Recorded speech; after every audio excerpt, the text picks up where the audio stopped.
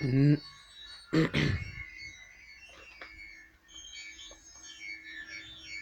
27 juillet 2019, 9h48 du matin. Et là, je suis là en direct pour vous écouter la suite du programme de Nuit des Étoiles Radio. Donc,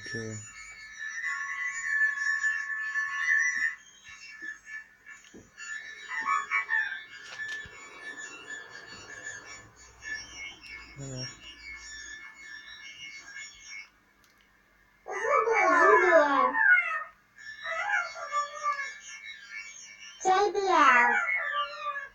Donc là, ce que vous entendez, c'est là maintenant le direct.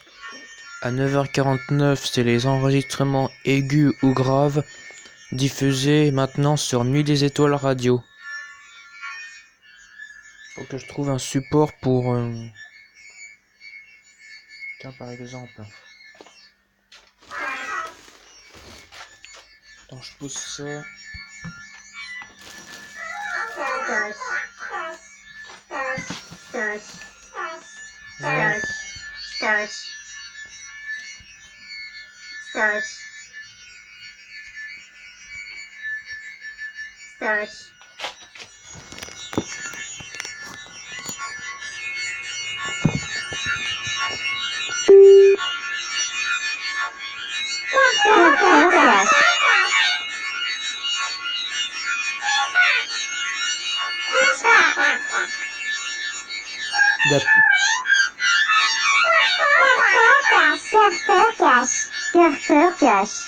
D'après ce que vous voyez en haut à droite de l'écran, il est 9h50.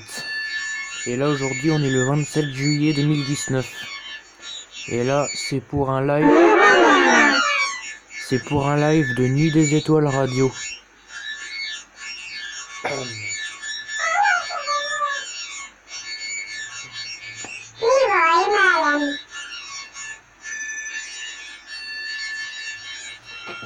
Sur le titre, normalement je pourrais le noter Nuit des Étoiles Radio 7.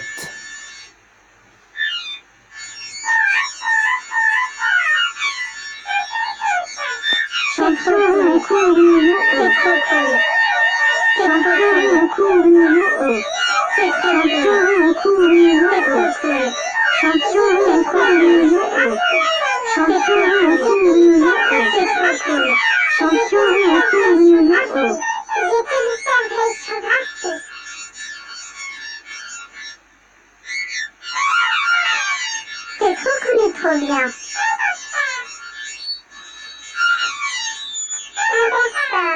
Ça c'est sûr. Ça c'est sûr. Création. Ça c'est sûr.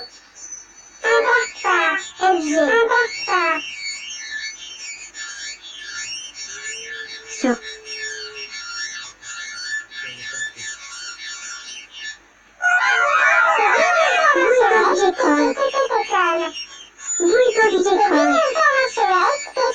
Un texte avec comme. Un texte avec comme. Un texte avec comme. Là d'après ce que vous entendez, là il est 9h52 et Nuit des Étoiles Radio est ouverte depuis minuit. Et là ça fait 9h52 d'enregistrement. Je vous remets le volume de Nuit des Étoiles Radio.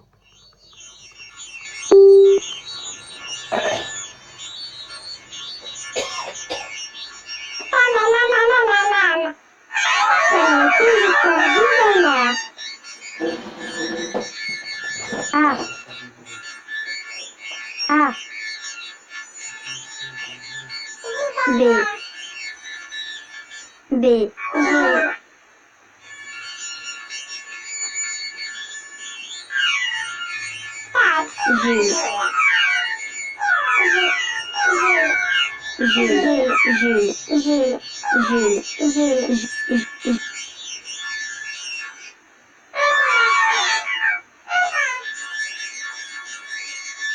Inter.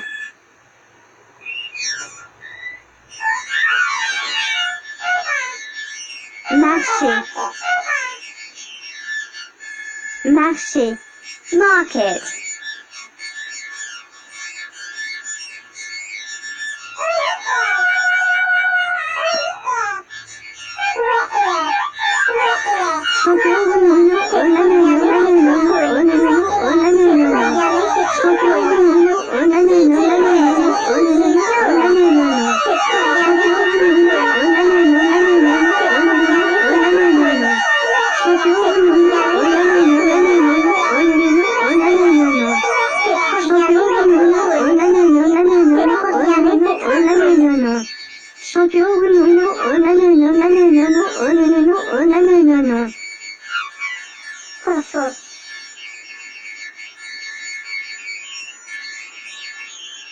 Rama.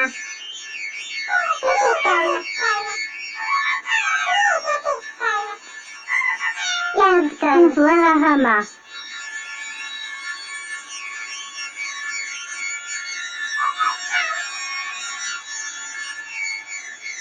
Achète.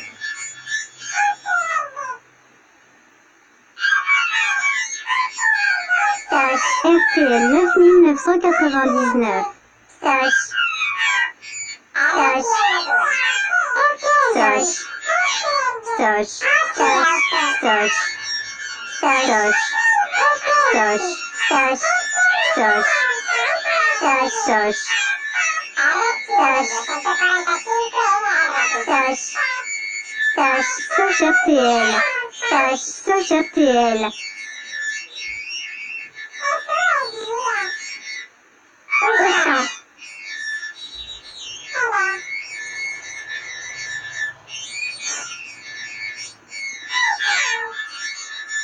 Auchan.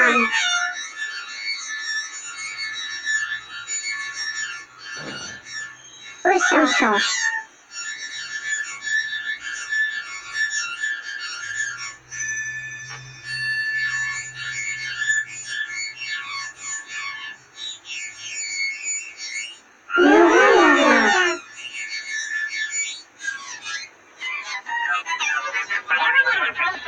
Retirez-les ensuite en magasin. Votre commande sera prête 2 heures plus tard et vous n'aurez plus qu'à la récupérer quand vous aurez le temps.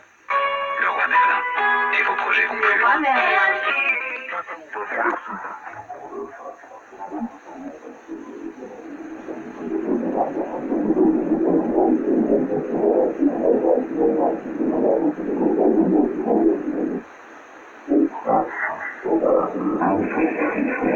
MC Maître. MC Maître. MC Maître.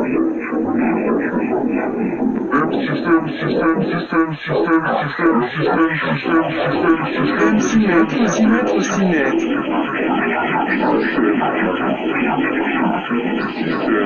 MC Maître. MC Exam.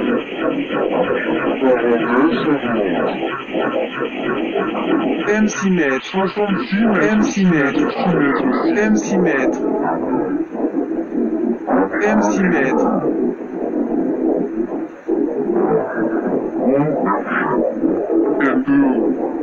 MTV.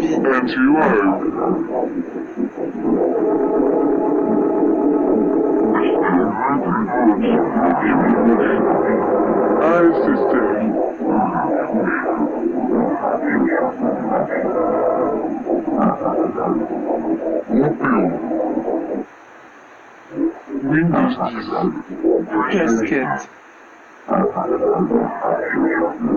Casquette bleue. Aspirateur.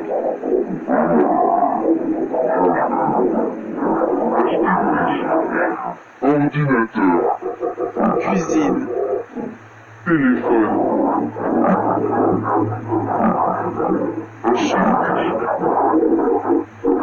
Chambre d'hôte. Télévision. Canapé. Canapé couvert.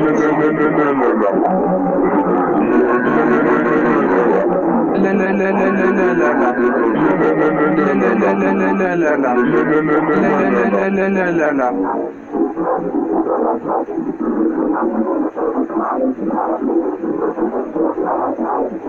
Chantez trop fort.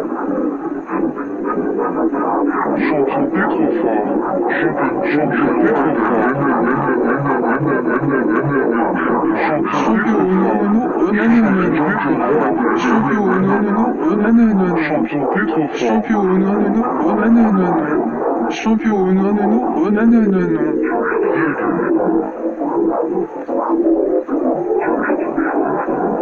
SFR HDR. HDR. SFR HDR. SFR HDR. Super HDR.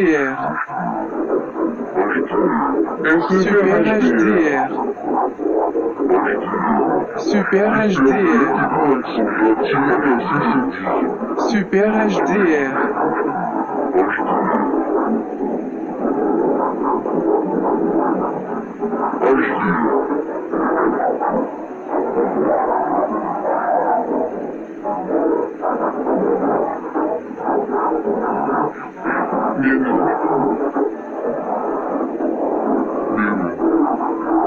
Non.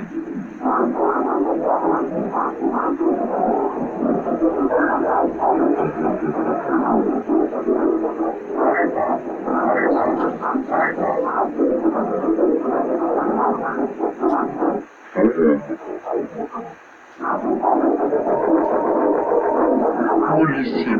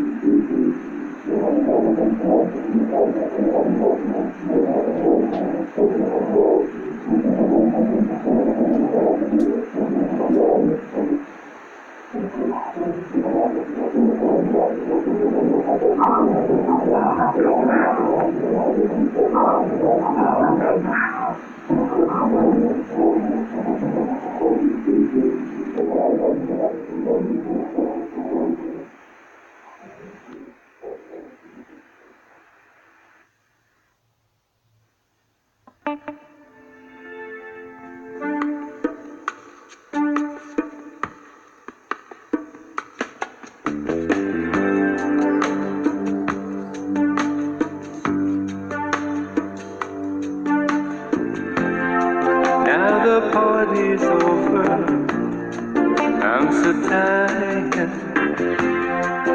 Then I see you coming out of nowhere. Much communication in emotion, without conversation or a notion.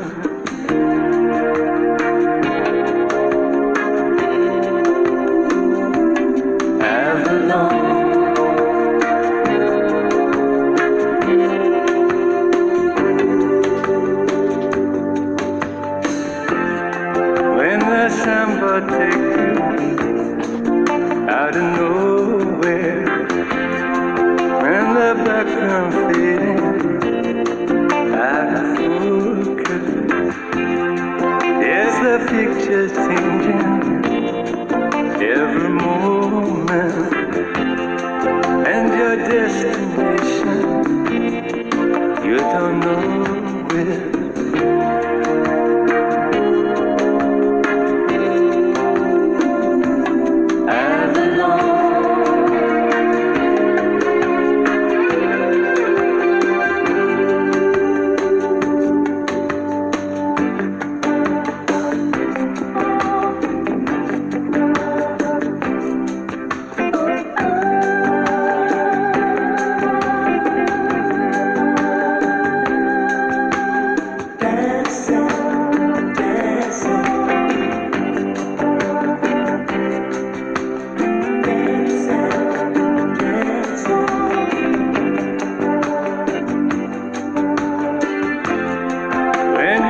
crossing over.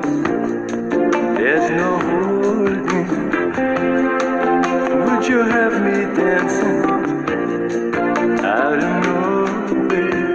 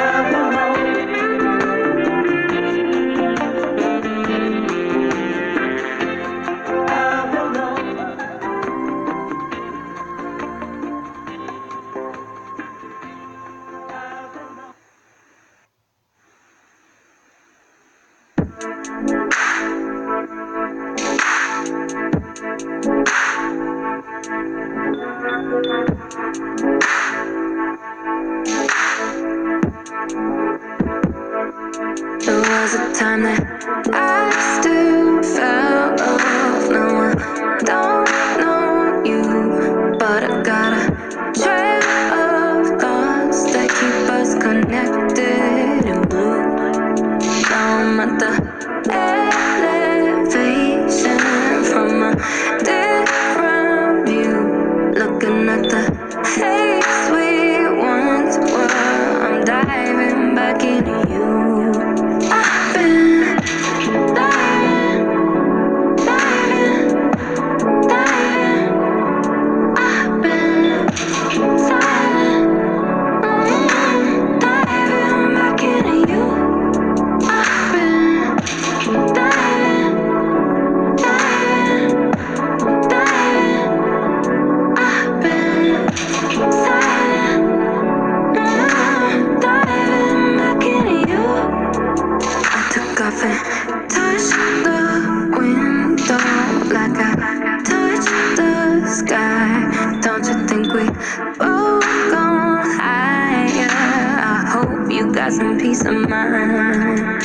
No one says your name in circles that I keep, but it's the same 3 blocks and the same 2 streets. I've been diving, diving, diving. I've been silent, diving back into you. I've been diving, diving, diving. I've been silent.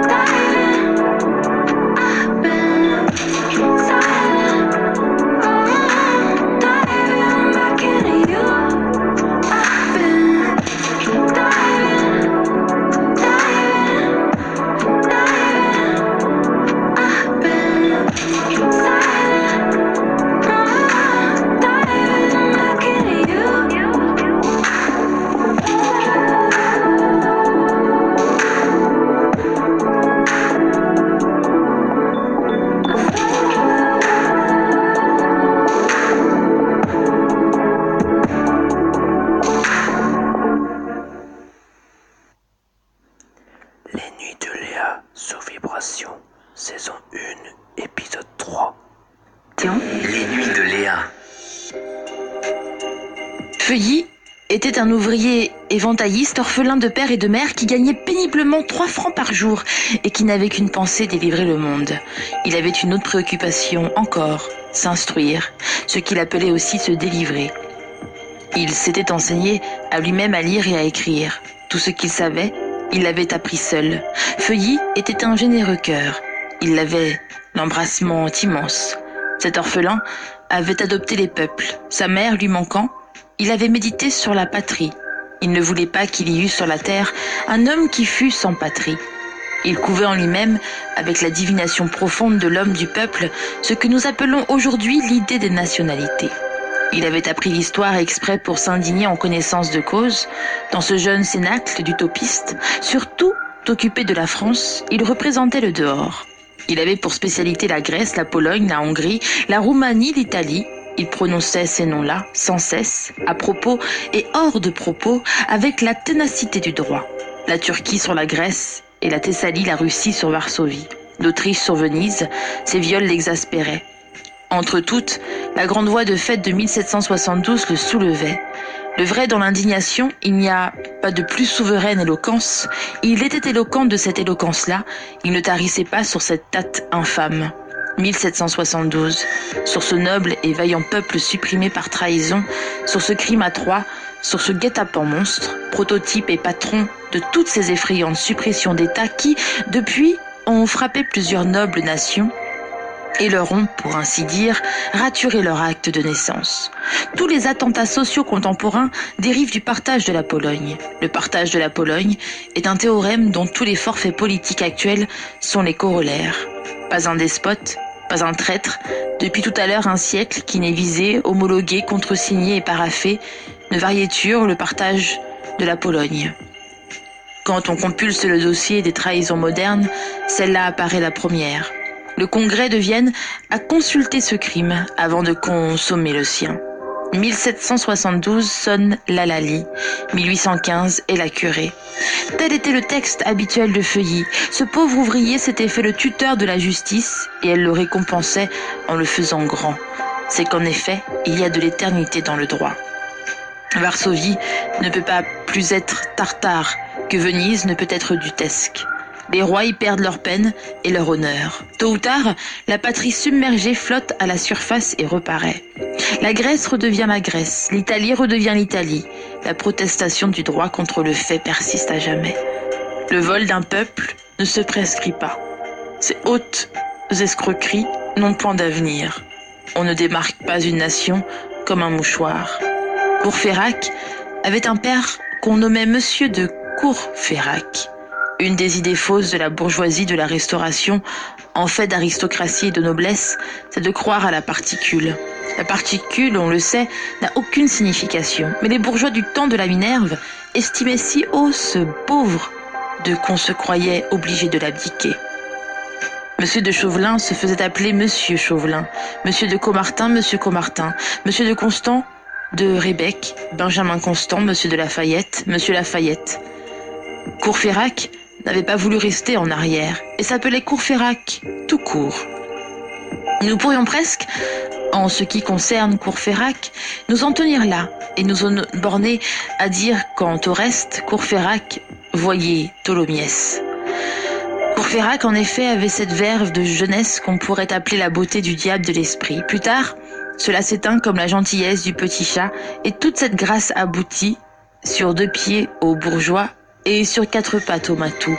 Ce genre d'esprit, les générations qui traversent ces écoles, les levées successives de la jeunesse, se le transmettent et se le passent de main en main, quasi coursorès, à peu près toujours le même, de sorte que, ainsi que nous venons de l'indiquer, le premier venu qui eût écouté Courfeyrac en 1828 eût cru entendre Tholomyès en 1817. Seulement, Courfeyrac était un brave garçon. Sous les apparentes similitudes de l'esprit extérieur, la différence entre Tholomyès et lui était grande. L'homme latent qui existait en eux était chez le premier tout autre que chez le second. Il y avait dans Tholomyès un procureur et dans Courfeyrac un paladin. Enjolras était le chef. Combeferre était le guide, Courfeyrac était le centre. Les autres donnaient plus de lumière, lui il donnait plus de calorique. Le fait est qu'il avait toutes les qualités d'un centre, la rondeur et le rayonnement. Bahorel avait figuré dans le tumulte sanglant de juin 1822 à l'occasion de l'enterrement du jeune Lallemand. Bahorel était un être de bonne humeur et de mauvaise compagnie, brave, panier, percé, prodigue et rencontrant la générosité, bavard et rencontrant l'éloquence, hardi et rencontrant l'effronterie, la meilleure patte de diable qui fut possible, ayant des gilets téméraires et des opinions écarlates, tapageur en grand, c'est-à-dire n'aimant rien tant qu'une querelle, si ce n'est qu'une émeute, et rien tant qu'une émeute, si ce n'est une évolution. Toujours prêt à casser un carreau, puis à dépaver une rue, puis à démolir un gouvernement, pour voir les faits. Étudiant de 11e année, il flairait le droit, mais il ne le faisait pas. Il avait pris pour devise avocat jamais et pour armoirie une table de nuit dans laquelle on entrevoyait un bonnet carré. Chaque fois qu'il passait devant l'école de droit, ce qui lui arrivait rarement, il boutonnait sa redingote, le paletot n'était pas encore inventé et il prenait des précautions hygiéniques. Il disait du portail de l'école, quel beau vieillard, et du doyen, Monsieur Delvincourt, quel monument! Il voyait dans ses cours des sujets de chansons et dans ses professeurs des occasions de caricature. Il mangeait à rien faire, une assez grosse pension, quelque chose comme 3000 francs. Il avait des parents paysans auxquels il avait su inculquer le respect de leur fils. Il disait d'eux, ce sont des paysans et non des bourgeois, c'est pour cela qu'ils ont de l'intelligence. Bahorel, homme de caprice, était épars sur plusieurs cafés. Les autres avaient des habitudes, lui n'en avait pas. Il flânait. Errer est humain, flâner est parisien. Au fond, esprit pénétrant et penseur, plus qu'il ne semblait. Il servait de lien entre les amis de l'ABC et d'autres groupes encore informes, mais qui devaient se dessiner plus tard. Il y avait dans ce conclave de jeunes têtes un membre chauve. Le marquis d'Avaray, que Louis XVIII fit duc pour l'avoir aidé à monter dans un cabriolet de place le jour où il émigra, racontait qu'en 1814, à son retour de France, comme le roi débarquait à Calais, un homme lui présenta un placet. « Que demandez-vous » dit le roi. « Sire, un bureau de poste. Comment vous appelez-vous » ?»« L'Aigle. » Le roi fronça le sourcil, regarda la signature du placet et vit le nom écrit ainsi, « L'Aigle ». Cette orthographe peu bonapartiste toucha le roi et il commença à sourire. « Sire, reprit l'homme au placet, j'ai pour ancêtre un valet de chien, surnommé l'Aigle. Ce surnom a fait mon nom. Je m'appelle l'Aigle par contraction l'Aigle et par corruption l'Aigle. » Ceci fit que le roi acheva son sourire. Plus tard, il donna à l'homme le bureau de poste de Meaux, exprès ou par mégarde. Le membre chauve du groupe était fils de ce l'Aigle, ou l'Aigle, et signé l'Aigle de Meaux. Ses camarades, pour abréger, l'appelaient Bossuet. Bossuet était un garçon gai qui avait du malheur. Sa spécialité était de ne réussir à rien. Par contre, il riait de tout. À 25 ans, il était chauve. Son père avait fini par avoir une maison et un champ, mais lui, le fils, n'avait rien eu de plus pressé que de perdre dans une fausse spéculation ce champ de cette maison. Il ne lui était rien resté. Il avait de la science et de l'esprit, mais il avortait. Tout lui manquait, tout le trompait. Ce qu'il échafaudait croulait sur lui. S'il fendait du bois, il se coupait un doigt. S'il avait une maîtresse, il découvrait bientôt qu'il avait aussi un ami. À tout moment, quelque misère lui advenait. De là, sa jovialité. Il disait « J'habite sous le toit des tuiles qui tombent ». Peu étonné, car pour lui l'accident était le prévu, il prenait la mauvaise chance en sérénité et souriait des taquineries de la destinée comme quelqu'un qui entend la plaisanterie. Il était pauvre, mais son gousset de bonne humeur était inépuisable. Il arrivait vite à son dernier sou, jamais à son dernier éclat de rire. Quand l'adversité entrait chez lui, il saluait cordialement cette ancienne connaissance. Il tapait sur le ventre aux catastrophes. Il était familier avec la fatalité au point de l'appeler par son petit nom. « Bonjour, Guignon », lui disait-il. Ces persécutions du sort l'avaient fait inventif. Il était plein de ressources. Il n'avait point d'argent, mais il trouvait moyen de faire, quand bon lui semblait, des dépenses effrénées. Une nuit, il alla jusqu'à manger 100 francs dans un souper avec une Péronnelle, ce qui lui inspira au milieu de l'orgie ce mot mémorable, fille de 5 louis, « Tire-moi mes bottes ». Bossuet se dirigeait lentement vers la profession d'avocat. Il faisait son droit, à la manière de Bahorel. Bossuet avait peu de domicile, quelquefois pas du tout. Il logeait tantôt chez l'un, tantôt chez l'autre, le plus souvent chez Joly. Joly étudiait la médecine, il avait 2 ans de moins qu'au Bossuet. Joly était le malade imaginaire jeune, ce qu'il avait gagné à la médecine, c'est d'être plus malade que médecin. À 23 ans, il se croyait valétudinaire et passait sa vie à regarder sa langue dans son miroir. Il affirmait que l'homme s'aimante comme une aiguille, et dans sa chambre, il mettait son lit au midi et les pieds au nord, afin que, la nuit, la circulation de son sang ne fût pas contrariée par le grand courant magnétique du globe. Dans les orages, il se tâtait de pouls. Du reste, le plus gai de tous. Toutes ces incohérences, jeunes, maniaques, malingres, joyeux, faisaient bon ménage ensemble, et en résultait un être excentrique et agréable que ses camarades, prodigues de consonnes ailées, appelaient Joly. « Tu peux t'envoler sur 4 ailes », lui disait Jean Prouvaire. Joly avait l'habitude de se toucher le nez avec le bout de sa canne, ce qui est l'indice d'un esprit sagace. Tous ces jeunes gens, si divers, et dont en somme il ne faut parler que sérieusement, avaient une même religion, le progrès. Tous étaient les fils directs de la Révolution française. Les plus légers devenaient solennels en prononçant cette date, 89. Leur père, selon la chaire, était ou avait été feuillant, royaliste, doctrinaire, peu importait. Ce pêle-mêle antérieur à eux, qui étaient jeunes, ne les regardait point. Le pur sang des principes coulait dans leurs veines. Ils se rattachaient sans nuance intermédiaire au droit incorruptible et au devoir absolu. Affiliés et initiés, ils ébauchaient souterrainement l'idéal. Parmi tous ces cœurs passionnés et tous ces esprits convaincus, il y avait un sceptique. Comment se trouvait-il là ? Par juxtaposition. Ce sceptique s'appelait Grantaire et signait habituellement de ce rébus R. Grantaire était un homme qui se gardait bien de croire à quelque chose. C'était du reste un des étudiants qui avait le plus appris pendant leur cours à Paris. Il savait que le meilleur café était au café Lamblin et le meilleur billard au café Voltaire, qu'on trouvait de bonnes galettes et de bonnes filles à l'Ermitage sur le boulevard du Maine, des poulets à la Crapaudine chez la mère Saguet, d'excellentes matelotes Barrière de la Cunette et un certain petit vin blanc Barrière du Combat. Pour tout, il savait les bons endroits. En outre, la savate et le chausson, quelques danses, et il était profond bâtonniste. Par-dessus le marché, grand buveur, il était laid démesurément. La plus jolie piqueuse de bottines de ce temps-là, Irma Boissier, indignée de sa laideur, avait rendu cette sentence. Grantaire est impossible. Mais la fatuité de Grantaire ne se déconcertait pas. Il regardait tendrement et fixement toutes les femmes, ayant l'air de dire de toutes « Si je voulais », et cherchant à croire aux camarades qu'il était généralement demandé. Tous ces mots, droit du peuple, droit de l'homme, contrat social, révolution française, république, démocratie, humanité, civilisation, religion, progrès, étaient pour Grantaire très voisins de ne rien signifier du tout. Il en souriait, le scepticisme, cette carie de l'intelligence ne lui avait pas laissé une idée entière dans l'esprit. Il vivait avec ironie. Ceci était son axiome. Il n'y a qu'une certitude, mon verre plein. Il raillait tous les dévouements dans tous les partis, aussi bien le frère que le père, aussi bien Robespierre, jeune que Loizerolles. Ils sont bien avancés d'être morts, s'écriait-il. Il disait du crucifix. Voilà une potence qui a réussi.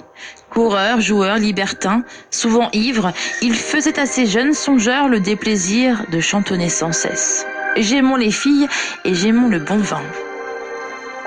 Du reste, ce sceptique avait un fanatisme. Ce fanatisme n'était ni une idée, ni un dogme, ni un art, ni une science. C'était un homme, Enjolras. Grantaire admirait, aimait et vénérait Enjolras. À qui se ralliait ce douteur anarchique dans cette phalange d'esprit absolu, au plus absolu? De quelle façon Enjolras le subjuguait-il? Par les idées? Non, par le caractère, phénomène souvent observé. Un sceptique qui adhère à un croyant, cela est simple comme la loi des couleurs complémentaires. Ce qui nous manque nous attire. Personne n'aime le jour, comme l'aveugle. La naine adore le tambour-major. Le crapaud a toujours les yeux au ciel. Pourquoi? Pour voir voler l'oiseau. Grantaire, en qui rampait le doute, aimait à voir dans Enjolras la foi planer. Il avait besoin d'Enjolras, sans qu'il s'en rendît clairement compte et sans qu'il songeât à se l'expliquer à lui-même. Cette nature chaste, saine, ferme, droite, dure, candide, le charmait. Il admirait d'instinct son contraire, ses idées molles, fléchissantes, disloquées, malades, difformes, se rattachaient à Enjolras comme à une épine dorsale. Vous écoutez Les Nuits de Léa Sur Vibration. C'est la nuit, c'est Léa. Sur Vibration. Son rachis moral s'appuyait à cette fermeté. Grantaire, près d'Enjolras, redevenait quelqu'un. Il était lui-même d'ailleurs composé de deux éléments en apparence incompatibles. Il était ironique et cordial. Son indifférence aimait, son esprit se passait de croyance, et son cœur ne pouvait se passer d'amitié. Contradiction profonde, car une affection est une conviction. Son nature était ainsi. Il y a des hommes qui semblent nés pour être le Verseau, l'envers, le revers. Ils sont Pollux, Patrocle, Nisus, Eudamidas, Héphaestion, Pechméja. Ils ne vivent qu'à la condition d'être adossés à un autre. Leur nom est une suite et ne s'écrit que précédé de la conjonction « et ». Leur existence ne leur est pas propre. Elle est l'autre côté d'une destinée qui n'est pas la leur. Grantaire était un de ces hommes. Il était l'envers d'Enjolras. On pourrait presque dire que les affinités commencent aux lettres de l'alphabet. Dans la série O et P sont inséparables. Vous pouvez à votre gré prononcer O et P ou Oreste et Pylade. Grantaire, vrai satellite d'Enjolras, habitait ce cercle de jeunes gens. Il y vivait. Il ne se plaisait que là. Il les suivait partout. Sa joie était de voir aller et venir ses silhouettes dans les fumées du vin. On le tolérait pour sa bonne humeur. Enjolras, croyant, dédaignait ce sceptique et sobre cet ivrogne. Il lui accordait un peu de pitié hautaine. Grantaire était un Pylade point accepté. Toujours rudoyé par Enjolras, repoussé durement, rejeté et revenant, il disait d'Enjolras « Quel beau marbre !» Une certaine après-midi, qui avait, comme on va le voir, quelques coïncidences avec les événements racontés plus haut, l'Aigle de Meaux était mensuellement adossé au chambranle de la porte du café Musin. Il avait l'air d'une cariatide en vacances. Il ne portait rien que sa rêverie. Il regardait la place Saint-Michel. S'adosser, c'est une manière d'être couché debout qui n'est point haïe des songeurs. L'Aigle de Meaux pensait, sans mélancolie, à une petite mésaventure qui lui était échue l'avant-veille à l'école de droit et qui modifiait ses plans personnels d'avenir, plans d'ailleurs assez indistincts. C'était le live de Nuit des Étoiles Radio. Et le songeur de remarquer le cabriolet. L'Aigle de Meaux, dont les yeux erraient dans une sorte de flânerie diffuse, aperçut à travers ce somnambulisme un véhicule à deux roues. Donc là, il est 10h28 d'après ce que vous voyez un petit peu en haut à droite de l'écran. Et là, en ce moment, sur Nuit des Étoiles Radio, en direct, c'est les Nuits de Léa. Et les Nuits de Léa, vous pouvez retrouver sur Vibration et 8FM de 2h à 4h du matin, toutes les nuits. Enfin, du dimanche soir à vendredi matin. Au jeune homme du cabriolet. Monsieur Marius, merci. Voilà, c'est la fin du live de Nuit des Étoiles Radio. Lui aussi.